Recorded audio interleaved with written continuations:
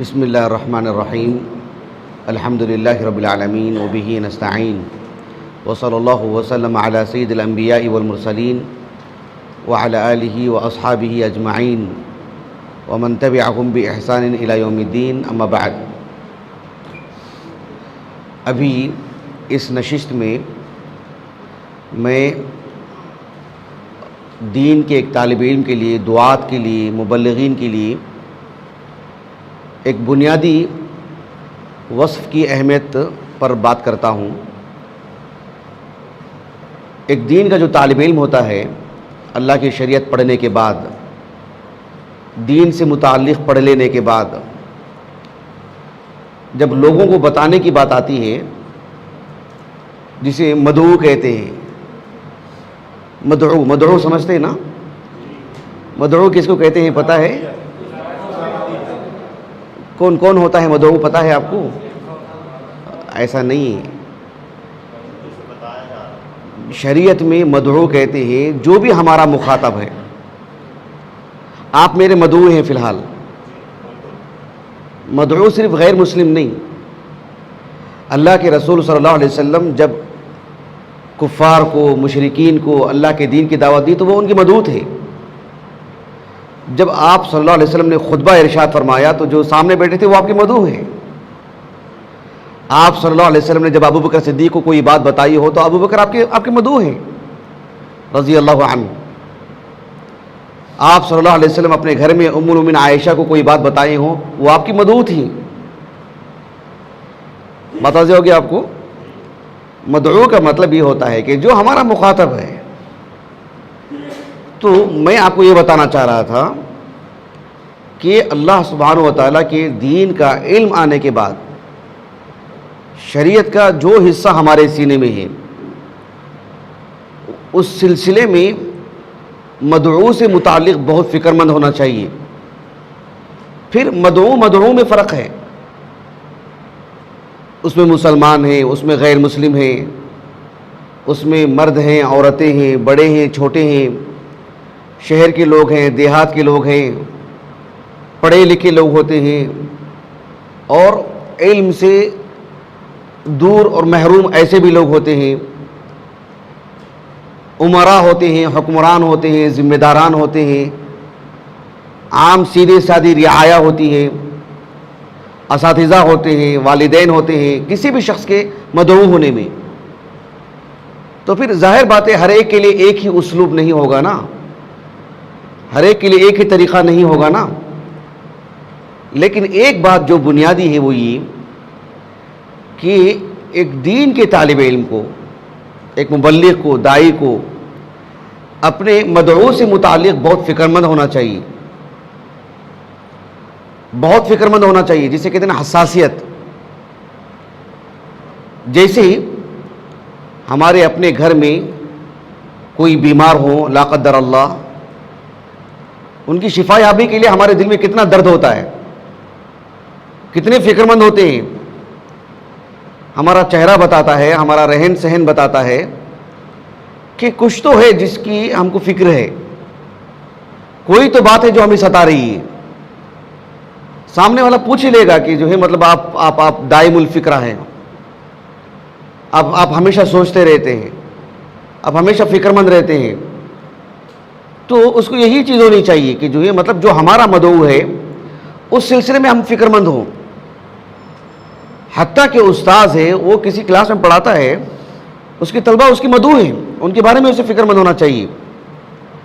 لیکن یہاں جس مقصد کے لیے ہم جمع ہوئے ہیں وہ ہمارے ملک کے غیر مسلم حضرات سے متعلق جمع ہوئے ہیں کہ ان کو اصل اسلام پہنچائیں، اصل دین سے واقف کریں۔ فی الحال وہ مدعو سے متعلق گفتگو ہو رہی ہے۔ مدعو سب ہیں، لیکن مدعو کی جو یہ قسم ہے اب یہ زیر بحث ہے۔ مدعو کی اس قسم کو ہم کیسے سمجھائیں؟ تو ان سے متعلق فکر مندی یہ ہمیشہ رہنا چاہیے، دائمی طور پر، کہ اللہ سبحانہ و تعالیٰ انہیں دین کی دعوت دے، ان کی دین کی فہم دے، دین کی سمجھ دے۔ آپ کسی کو دیکھ رہے ہیں کہ وہ اس کو اسلام کی دعوت دے رہا ہے، آپ کے دل میں خوشی ہونی چاہیے اور فکر ہونی چاہیے کہ اللہ اس کے ہاتھ سے وہ اسلام قبول کر لے۔ اس کے ہاتھ پہ وہ اسلام قبول کر لے. میں سمجھایا لیکن نہیں سمجھ پایا, لیکن یہ سمجھا رہا ہے الحمدللہ وہ اسلام قبول کر لے رہا ہے. آپ تعجب کریں گے, مجموع الفتاویٰ میں شیخ الاسلام ابن تیمیہ رحمہ اللہ نے اتنی بڑی بات کہی ہے کہ جو اہل بدعت ہے نا, اہل بدعت کی آپ نے اس پہلو سے ان کی تعریف کی, اس پہلو سے اس باب میں, اور جو ظالم قسم کے جو حکمران ہوتے ہیں ان کی تعریف کی اس پہلو میں, ایک خاص پہلو میں, کہ ان کے ذریعے سے جن لوگوں نے اسلام قبول کیا, چلو اصیل جسے کہتے ہیں اسلام تو ملا ان سے, بقیہ ان کو بدعات ملی, رسومات ملی, دین کے نام پر غلط چیزیں مل گئی ان کو, لیکن اسلام کے نام پر تو آ گئے, یہاں پر اسلام کے نام پر تو جمع ہو گئے. ان کے ذریعے سے کوئی اہل السنہ کا وہاں تک نہیں پہنچ پایا, اور ایک بدعتی نے اسلام سے متعلق واقف کروا دیا اور اس کی وجہ سے اسلام قبول کر لیا. صحیح اسلام جو ہے, جو اللہ کے رسول کو اللہ نے شریعت نازل کی, وہ تو نہیں ملی, غلط معتقدات مل گئے اس کو, لیکن اسلام تو ملا نا ان کی وجہ سے. تو پھر ایسی صورت میں جس کے پاس صحیح عقیدہ ہو, صحیح فہم ہو دین کا, ان کی کتنی ضرورت ہے, ان کی فکر مندی کتنی ہونی چاہیے. یہ میرا موضوع ہے آج کا. قرآن مجید میں ایک آیت کریمہ ہے سورۃ التوبہ کی. سورۃ التوبہ اللہ کے رسول صلی اللہ علیہ وسلم پر نازل ہونے والی آخری سورتوں میں سے ہے, سورۃ التوبہ. اور سورۃ التوبہ کی جو آخری 2 آیتیں ہیں, کوئی سنا سکتے ہیں آخری 2 آیتیں سورۃ التوبہ کی؟ سورۃ التوبہ کے آخر کی 2 آیتیں, بارک اللہ فیکم, پڑھیے. لقد جاءکم رسول من انفسکم عزیز علیہ ما عنتم حریص علیکم بالمؤمنین رؤوف الرحیم فإن تولوا فقل حسبی اللہ لا الہ الا ہو علیہ توکلت وہو رب العرش العظیم. یہ سورۃ التوبہ کے آخر کی 2 آیتیں ہیں. اس آیت کریمہ سے متعلق میں آپ کو کچھ باتیں بتاتا ہوں. سب سے پہلے ایک بات یہ معلوم کر لیں کہ آپ صلی اللہ علیہ وسلم کی وفات کے بعد ایک غزوہ کی مناسبت سے, جس میں 70 صحابہ شہید ہو گئے تھے جو کہ حفاظ تھے, حفاظ علماء تھے وہ, اور حافظ قرآن تھے, ان کی سینے میں قرآن تھا. اب ایسے ایک ایک کر کے حفاظ شہید ہو جائیں گے, غزوہ یمامہ کی بات ہے, ایسی شہید ہو جائیں گے تو پھر قرآن مجید کی محفوظیت کی فکر جو تھی نا, عمر بن خطاب رضی اللہ عنہ نے ابوبکر صدیق رضی اللہ عنہ کو اس بارے میں آگاہ کیا, اور آپ کھڑے ہوئے اور قرآن مجید کو جو لکھا ہوا تھا بکھرا اسے ایکجا کرنے کی کوشش کی. کس کا انتخاب کیا گیا اس کے لیے؟ زید ابن ثابت کو کہا گیا نا, زید ابن ثابت رضی اللہ عنہ کو کہا گیا, ابوبکر صدیق نے بلا کر کے کہا کہ دیکھو آپ اللہ کے رسول کے زمانے میں وہی لکھا کرتے تھے, آپ کو اس کا تجربہ ہے, آپ اس کو ایکجا کریں. آپ نے ایکجا کیا اس کو. کہتے ہیں کہ سورۃ التوبہ کی جو آخر کی 2 آیتیں ہیں, کہا کہ وجدت آخر سورۃ التوبہ الآیتین مع ابی خزیمۃ الانصاری رضی اللہ عنہ. سورۃ التوبہ کی جو آخری کی 2 آیتیں ہیں وہ صرف ایک صحابی کے پاس تھی, ابو خزیمہ الانصاری رضی اللہ عنہ, کسی اور کے پاس نہیں تھی. ما وجدت مع احد غیرہ, ایسا مع احد غیری, ایسے کہا, آپ کے علاوہ کسی کے پاس نہیں تھی 2 آیتیں.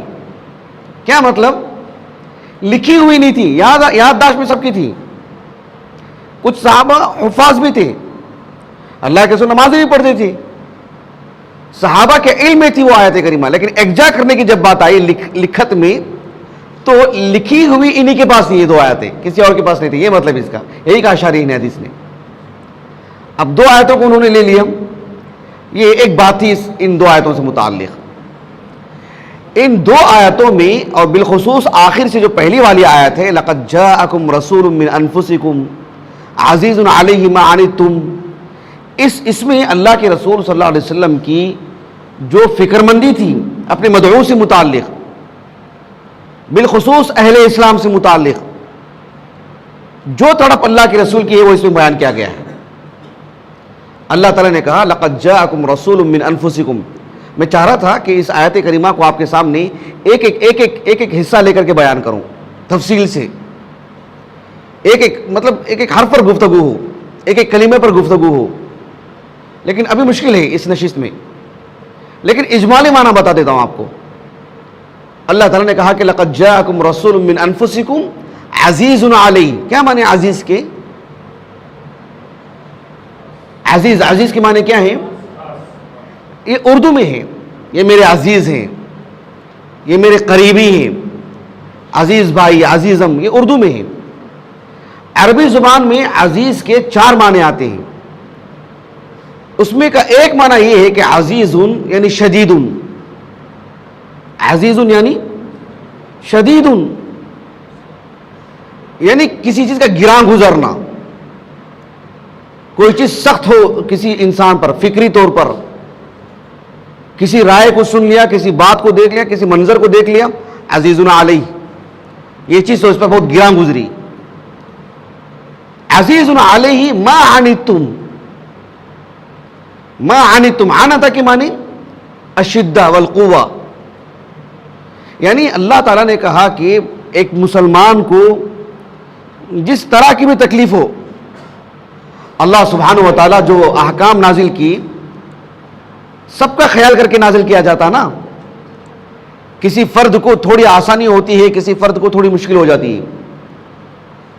آسان نہیں ہوتا ہے کہ جو ہے آدمی آسانی سے شریعت پر عمل کر کے آسانی سے چل پائے، کبھی ڈانٹ ڈپٹ ہوتی، کبھی مواخذہ ہوتا ہے، کبھی محاسبہ کی دھمکی دی جا رہی، کبھی جو ہے مطلب ایک طرح کی سزا دی جا رہی اہل اسلامی کو، کبھی جو ہے میدان جہاد میں مشکل ہو رہی، کبھی گھریلو اعتبار سے، کبھی نبی نے ان سے کچھ کہہ دیا۔ اللہ تعالیٰ نے کہا لقد جاءکم رسول من انفسکم عزیز علیہ ما عنتم، کہ اے مسلمانوں تم کو جو بھی تکلیف ہوتی ہے، جو بھی تم کو پریشانی ہوتی ہے، یہ سب سے زیادہ درد اللہ کے رسول کو ہوتا ہے صلی اللہ علیہ وسلم۔ آپ ذرا غور کر کے دیکھو، میں نے جو کہا نا شروع میں، یہ آیت کریمہ سورۃ توبہ کی آخر کی آیت کریمہ، یعنی آخر سے پہلے والی آیت کریمہ ہے۔ سورۃ توبہ ایک طویل سورت ہے، بہت لمبی سورت ہے، بہت بڑی سورت ہے۔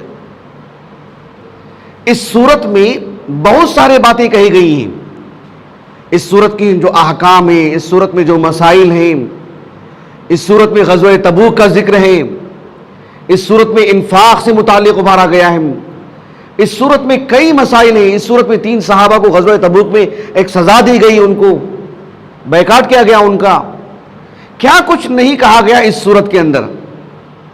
اللہ سبحانہ و تعالیٰ نے کہا کہ لقد جاءکم رسول من انفسکم عزیز علیہ ما عنتم۔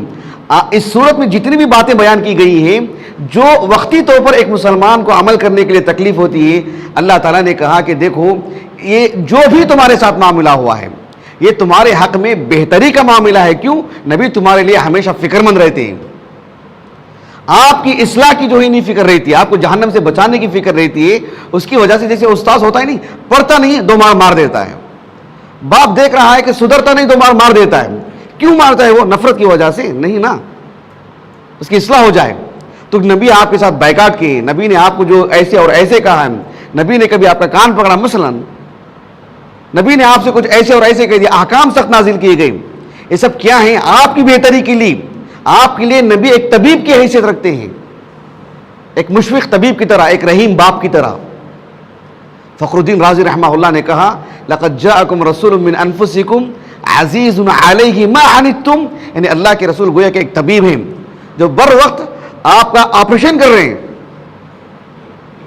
اور مریض کی چیخ رہا ہے، چلا رہا ہے، آہو بکا کر رہا ہے، اور وہ پورا علاج کر رہے ہیں اس کا، ایک باپ کی طرح جو کبھی آنکھیں پھاڑ کے دیکھ رہے ہیں، کبھی بلند آواز سے بات کر رہے ہیں، کبھی جو ہے مطلب مارتے بھی ہیں وغیرہ وغیرہ۔ کہا کہ عزیز علیہ ما عنتم۔ اس صورت میں جتنی بھی باتیں کہی گئی ہیں آپ پریشان نہ ہو، یہ آپ کی بھلائی کے لیے، نبی آپ کے لیے ہمیشہ فکر مند رہتے ہیں۔ آپ پر کوئی پریشانی آتی ہے تو نبی کو جو اس کا دکھ ہوتا ہے، اس کا درد ہوتا ہے، یہ بات کہی اللہ رب العالمین نے اس سورت کے اختتام میں. سورت کے اختتام کا سورت کی پورے پیغام سے کیا تعلق ہے وہ میں آپ کو بتانا چاہ رہا ہوں. میں آپ کو لقد جاءکم رسول من انفسکم عزیز علیہ ما عنتم. اللہ کے رسول صلی اللہ علیہ وسلم، حالانکہ آپ کی امت بہت پھیلی ہوئی امت ہے، عدد کے اعتبار سے بھی بہت بڑی ہے، پچھلی امتیں اتنی گزری ہیں، ان کے مقابل قیامت تک آنے والے جتنے بھی افراد ہیں، مسلمان ہیں، غیر مسلم ہیں، یہ سب آپ کی امت ہیں. ایک حدیث مبارکہ ہے صحیح مسلم کی کتاب الایمان میں، عبداللہ بن عمر بن عاص رضی اللہ عنہما کہتے ہیں کہ آپ صلی اللہ علیہ وسلم نے وہ آیت کریمہ پڑھی جو سورۃ ابراہیم کی ہے. ابراہیم علیہ السلام نے اپنی ذریت اور اپنے ماتحت لوگوں کے بارے میں کہا تھا، رب انہن اضللن کثیرا من الناس فمن تبعنی فانہ منی ومن عصانی فانک غفور رحیم.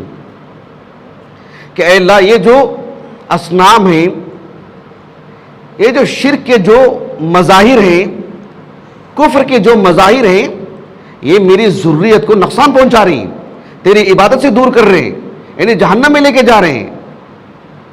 میری ذریت میں، میری امت میں جو بھی تیری عبادت کو قبول کرتے ہیں تو ان کو معاف فرما دے. ایک تو یہ بات کہی آپ نے، کہا کہ وہ میرا حصہ ہے، وہ تو میرے ساتھ ہے، لیکن کہا کہ ومن عصانی، اور جو میری نافرمانی کر رہے ہیں، میری تکذیب کر رہے ہیں، جو میری باتوں سے دور بھاگتے ہیں، اللہ کے دین اسلام کو قبول نہیں کرتے ہیں، ان کے ساتھ کیا ہوگا؟ کہا کہ فإنک غفور الرحیم. اللہ اکبر. اللہ سبحانہ و تعالیٰ کے اسماء حسنہ کا انتخاب دیکھو آپ. اللہ رب العالمین کے بارے میں ایسا نہیں کہا کہ ومن عصانی، جو میری نافرمانی کرتے ہیں، فإنک جبار قہار، ایسا نہیں کہا. اب تو مواخذہ کر سکتا ہے ان کا، تیرا عذاب نازل ہو سکتا ہے ان پر. کہا کہ فإنک غفور الرحیم، یعنی وہ تو تیرے بندے ہیں، تو ہی تو جہنم میں ڈالے گا ان کو، تو انہیں اسلام کی توفیق دے، انہیں معاف فرما دے. یہ معنی اس کا. جو نافرمان ہے فإنک غفور الرحیم، یعنی تو غفور ہے، کیا مطلب؟ انہیں اسلام کی ہدایت دے، اسلام کی توفیق دے اور اس پر قائم رکھ ان کو، اس لیے کہ تو رحیم ہے.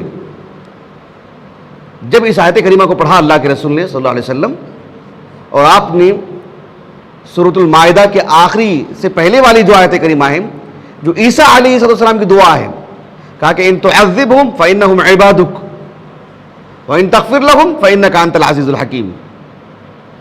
یعنی کسی کو اسلام کی توفیق دینا، کسی کو اسلام سے نوازنا، وہ صرف اللہ کا اختیار ہے. کیسے کیسے غیر مسلمین کو ہم دیکھتے ہیں، کیسے کیسے ہم نے کفار کو دیکھا، اللہ سبحانہ و تعالیٰ نے انہیں اسلام کی توفیق سے نوازا جہاں انسان سوچ بھی نہیں سکتا کہ یہ بھی مسلمان ہو سکتا ہے.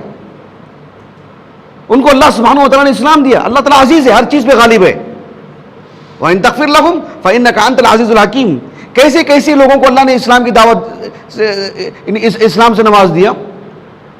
آپ دیکھیے ابو طالب کا جب انتقال ہوا تو ابو طالب کو جو شخص بیٹھ کر کے سمجھا رہے تھے، نہیں یہ دین مت چھوڑو، یہ دین مت چھوڑو، محمد کی باتوں میں مت آؤ، اور انہوں نے ان کی باتیں قبول کر لی، اسلام نہیں قبول کیا. اور یہی شخص مزید 10 سال کے بعد اسلام قبول کیا، جو ان کو روک رہے تھے. 10 سال کے بعد یہی کہا کہ ان تغفر لہم فإنک انت العزیز الحکیم. کیسے کیسے لوگوں کو تو اسلام سے جو ہے نوازتا ہے. ایک انسان سمجھتا ہے کہ اس کو اسلام مل سکتا ہے کیا؟ ہاں، اللہ تعالیٰ العزیز ہے، ہر چیز پہ غالب ہے، اللہ تعالیٰ انہیں اسلام سے نوازیں گے. لیکن کہا کہ ان تعذبہم فإنہم عبادک. اگر تو انہیں عذاب دیتا ہے تو وہ تیرے بندے ہیں. کن کو عذاب دے رہا ہے؟ تو تیرے بندوں کو عذاب دے رہا ہے. جب اس آیت کریمہ کو پڑھا اللہ کے رسول نے صلی اللہ علیہ وسلم تو آپ نے اپنے دونوں ہاتھ اٹھائے اور کہا امتی امتی، اے اللہ میری امت میری امت. فبکا، اور روئے اللہ کے رسول نے صلی اللہ علیہ وسلم. اللہ سبحانہ و تعالیٰ نے جبریل سے کہا کہ یا جبریل اذهب الى محمد، اذهب الى محمد، آپ محمد کے پاس جاؤ. جبکہ اللہ کو معلوم ہے کہ ان کا مسئلہ کیا ہے. فصلوا، وَهُوَ يَعْلَمُ. آپ محمد سے پوچھو، حالانکہ اللہ جانتا ہے کہ حادثہ کیا ہے.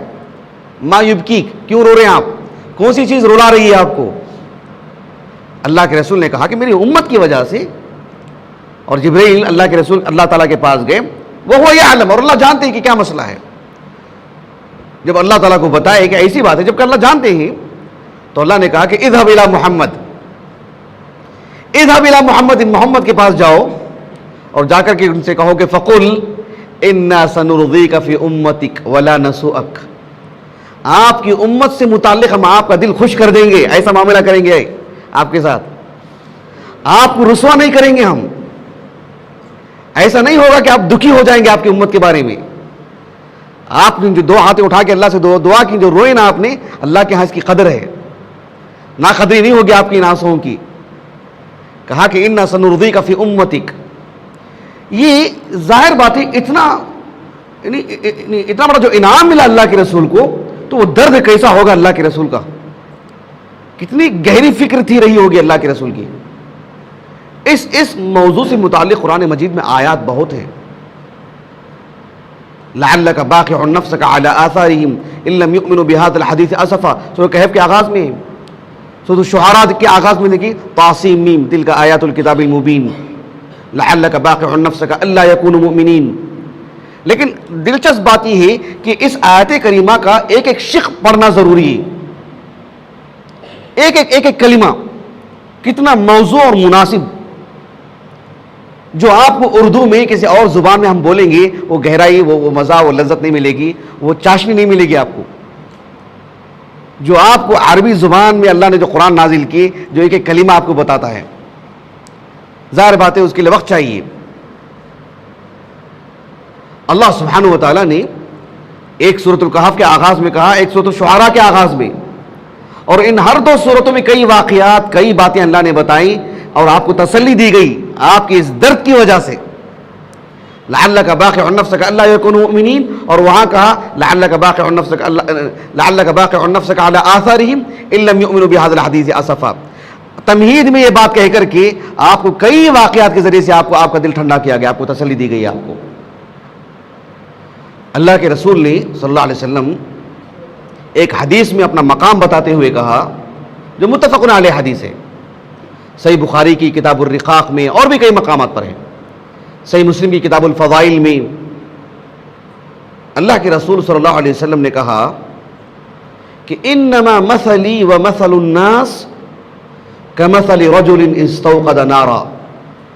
کہا کہ میری اور سبھی لوگوں کی مثال ایسی ہے اس آدمی کی طرح جس نے آگ جلائی. فلما اضاءت ما حوله جعل الفراش. ایک آدمی نے آگ جلائی، آگ سلگانے کے بعد اس آگ کی وجہ سے، اس روشنی کی وجہ سے چھوٹے موٹے کیڑے پتنگے اس کی طرف آ جاتے ہیں اور اس میں وہ گرنے لگتے ہیں. آپ کتنا بھی ان کو ہٹانا چاہیں، کتنا بھی دور کرنا چاہیں، وہ دوسرے راستے سے آگے گر جائیں گے، اس میں وہ اس میں غالب آتے نظر آئیں گے. کتنا آپ یہ کریں گے آپ ان کو، ان کیڑوں کو، ان پتنگوں کو. آپ صلی اللہ علیہ وسلم نے فرمایا فَأَنَا آخِذُ بِحُجَزِكُمْ. حجز کہتے ہیں عربی زبان میں کمر کو. ایک انسان کو بچانے کے لیے کہیں گر رہا ہو، ایک آدمی نے پیچھے سے اس کی کمر میں اچھی طرح پکڑ لیا ہو تو کتنی مضبوطی سے اس کو کھینچ کے لا سکتا ہے. کہا کہ فَأَنَا آخُذُ بِحُجَزِكُمْ وَهُمْ يَقْتَحِمُونَ فِيهَا. اقتحام کہتے ہیں عربی زبان میں اندھا دھند گر جانا، بے قابو ہو کے پڑ جانا. یعنی میں اتنی مضبوطی سے انہیں پکڑ کے کھینچ کے لا رہا ہوں اور وہ ہے کہ اس میں گرے جا رہے ہیں اس آگ میں.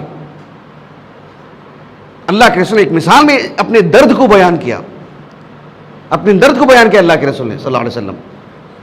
تو ایک دائی بھلے ہی وہ بستر پر ہو، کمرے میں ہو، کھانا کھاتا ہو، نماز میں ہو، حتیٰ کہ وہ فیلڈ میں جاتا ہو، غیر مسلم کا سامنا کرتا ہو، یا آدھا گھنٹہ گھومتا پھرتا رہا ہو، کسی غیر مسلم سے اس کی ملاقات ہی نہیں ہوئی ہو یا ملاقات ہونے کا کوئی موقع ہی نہیں رہا ہو، لیکن اندر کا جو درد ہے نا وہ بہت بنیادی چیز ہے.